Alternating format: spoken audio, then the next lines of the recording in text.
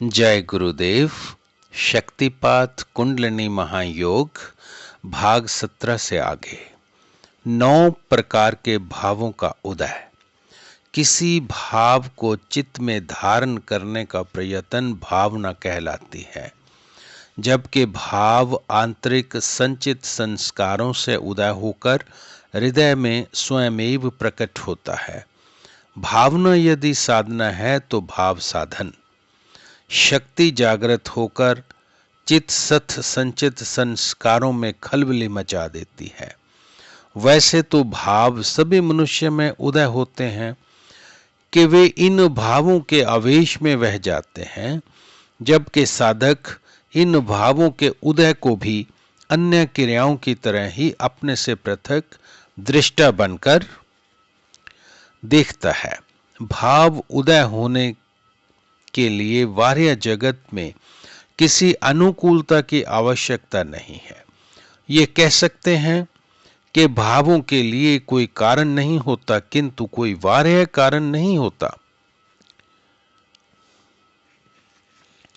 ये कह सकते हैं कि भावों के लिए कोई कारण नहीं होता, आंतरिक संस्कार ही उसका कारण होते हैं।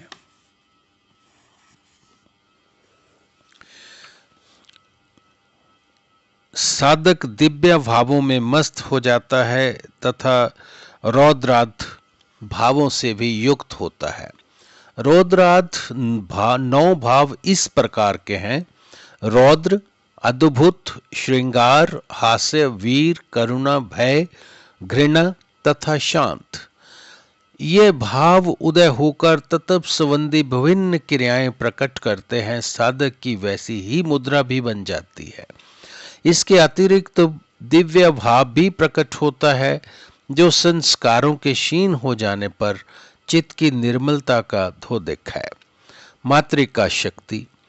शक्ति जागृति में जब मातृका शक्ति कार्यशील हो जाती है तो विभिन्न देवी देवताओं के मंत्र अनायास प्रस्फुट होने लगते हैं तथा काव्य रचना झरने की भांति अंदर से प्रवाहित होने लगती है।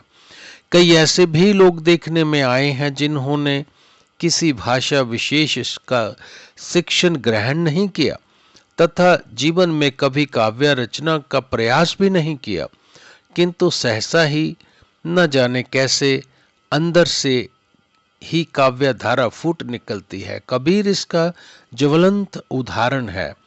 वह तो अनपढ़ अंगूठा छाप थे, किंतु फिर भी कितनी ही रचनाएं कर डाली। मंत्रों का उदय तथा काव्य रचना पूर्वकृत कर्मों के संचित कर्मों के कारण उदय होता है। कहने को तो इसे ईश्वरीय देन कहा जाता है, ठीक भी है।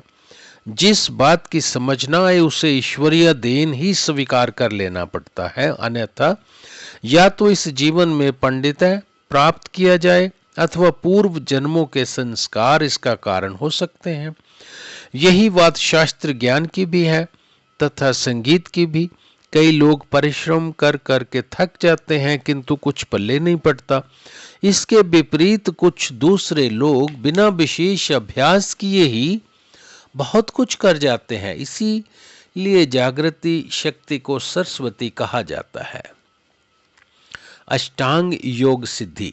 अष्टांग योग की सिद्धि के लिए प्राय अभ्यास का मार्ग अपनाया जाता है, किंतु अभ्यास कितना भी किया जाए, जब तक वासना तथा संस्कार क्षय नहीं होते तब तक यह सिद्धि कैसे प्राप्त हो सकती है। दूसरे इंद्रियों को अंतर्मुख करने अर्थात प्रत्याहार को भी क्यों कर सिद्ध किया जा सकता है, जबकि इंद्रियों के आधार पर शक्ति बाहरमुखी प्रवाहित है। अभ्यास के संयम की स्थिति तो आ सकती है, स्वाभाविक तब की नहीं, जबकि संयम की स्थिति में पतित होने का संकट सदैव ही बना रहता है। किंतु जब जागृत शक्ति की क्रियाशीलता से वासना एवं संस्कार क्षीण हो जाते हैं तो स्वयं भी यम नियम आदि अष्टांग योग के 8 अंग सिद्ध हो जाते हैं, क्योंकि तब चित्त अपने आप ही चंचलता का त्याग कर स्थिरता धारण कर लेता है। और अष्टांग योग की सिद्धि होती है। इसके लिए साधन की निरंतरता तथा श्रद्धा का बने रहना आवश्यक है। तब धीरे धीरे योग के 8 अंग पुष्ट हो जाते हैं। क्रियाओं में स्वयं भी द्वे प्रकट होकर पहले उस पर धारणा होती है।